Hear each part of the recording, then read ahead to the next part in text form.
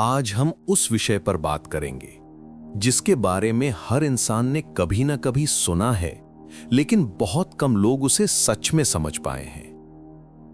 उस विषय का नाम है ध्यान। ध्यान एक ऐसा शब्द जो सुनने में बहुत शांत लगता है, लेकिन इसके भीतर छुपी शक्ति पूरे जीवन को झकझोर कर बदल सकती है। दोस्तों, आज का इंसान बाहर से बहुत तेज हो गया है, लेकिन भीतर से बहुत थक चुका है। हम दिन रात भागते हैं, काम के पीछे, पैसे के पीछे, नाम के पीछे और दूसरों से आगे निकलने के पीछे। लेकिन क्या आपने कभी अपनी इस भाग दौड़ के बीच एक पल के लिए यह सोचकर देखा है कि आपका मन किस हाल में है? शरीर थकता है तो हम सो जाते हैं, लेकिन मन थकता है तो हम क्या करते हैं? अक्सर हम मोबाइल उठा लेते हैं, टीवी चला लेते हैं, किसी से बहस कर लेते हैं या किसी और के जीवन में झांकने लगते हैं, लेकिन अपने मन की थकान को हम कभी सच में नहीं सुनते। श्रीमद् भगवद गीता कहती है, मन ही मनुष्य के बंधन का कारण है और मन ही उसकी मुक्ति का भी। और जिस प्रक्रिया से मन बंधन से मुक्ति की ओर जाता है, उसी प्रक्रिया का नाम है ध्यान।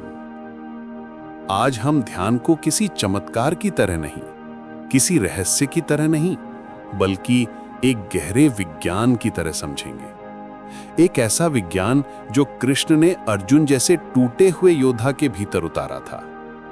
अर्जुन का डगमगाता मन और ध्यान की पहली चिंगारी।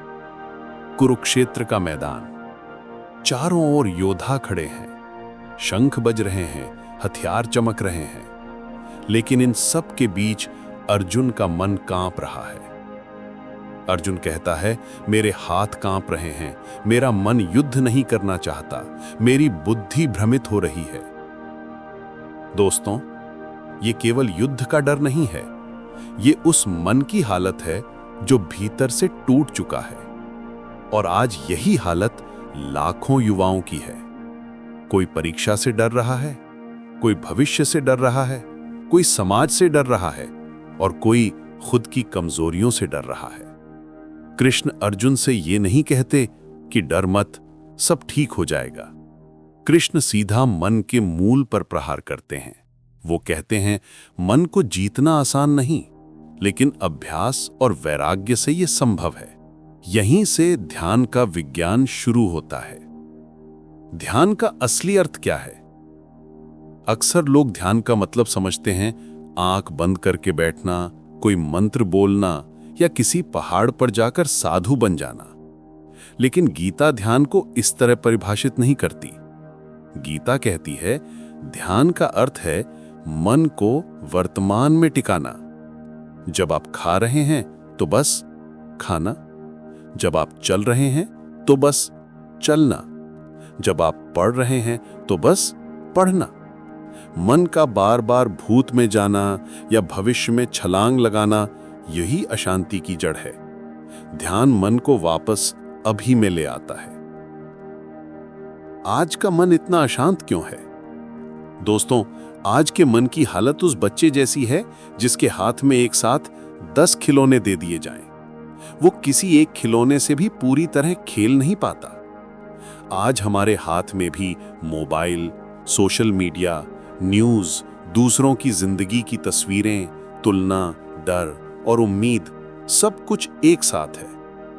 मन इतना भर चुका है कि उसे कहीं ठहरने की जगह ही नहीं मिलती। ध्यान वो जगह है जहां मन पहली बार अपनी सांस को महसूस करता है।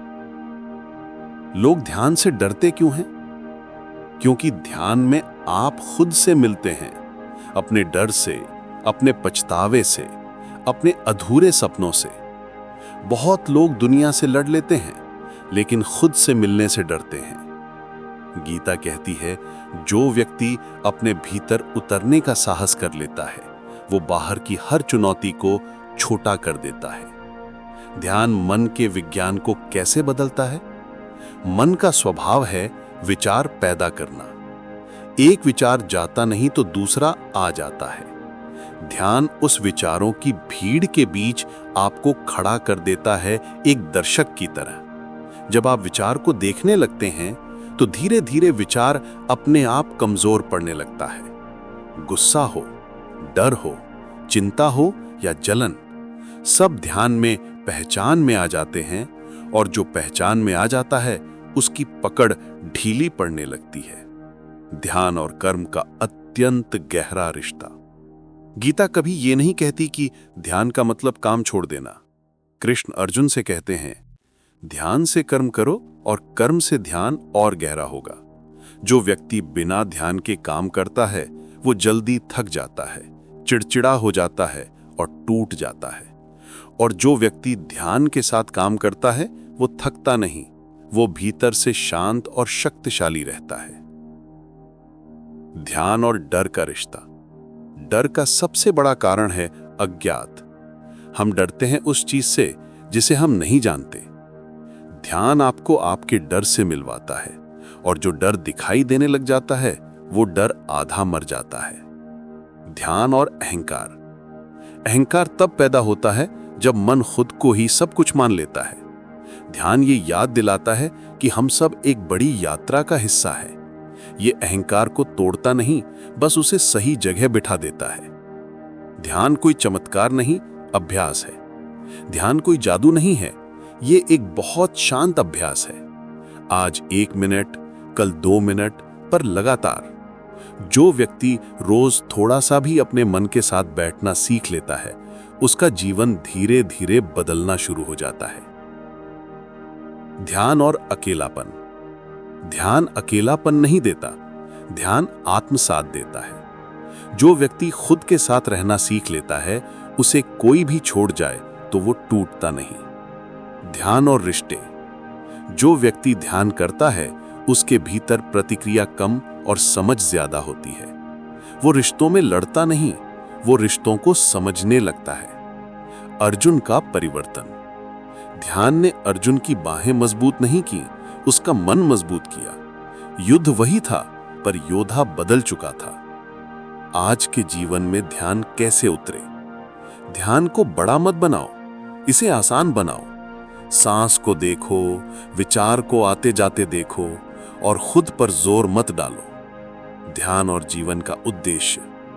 जब मन शांत होता है तो उद्देश्य खुद ब खुद स्पष्ट होने लगता है। ध्यान और समय।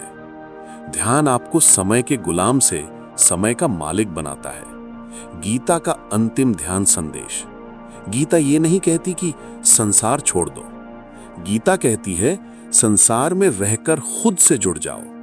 ध्यान वही पुल है जो मन को आत्मा से जोड़ता है। अगर आज आपका मन थका है, अगर भीतर बेचैनी है, तो ये संकेत है कि अब आपको ध्यान की जरूरत है। ध्यान कोई बोझ नहीं, ध्यान विश्राम है। और जो व्यक्ति हर दिन अपनी आत्मा को थोड़ा सा विश्राम दे देता है, उसका जीवन कभी पूरी तरह टूटता नहीं। यही है गीता के अनुसार ध्यान का असली विज्ञान। मन को जीतने का विज्ञान, खुद को जानने का विज्ञान, और शांत होकर शक्तिशाली बनने का विज्ञान।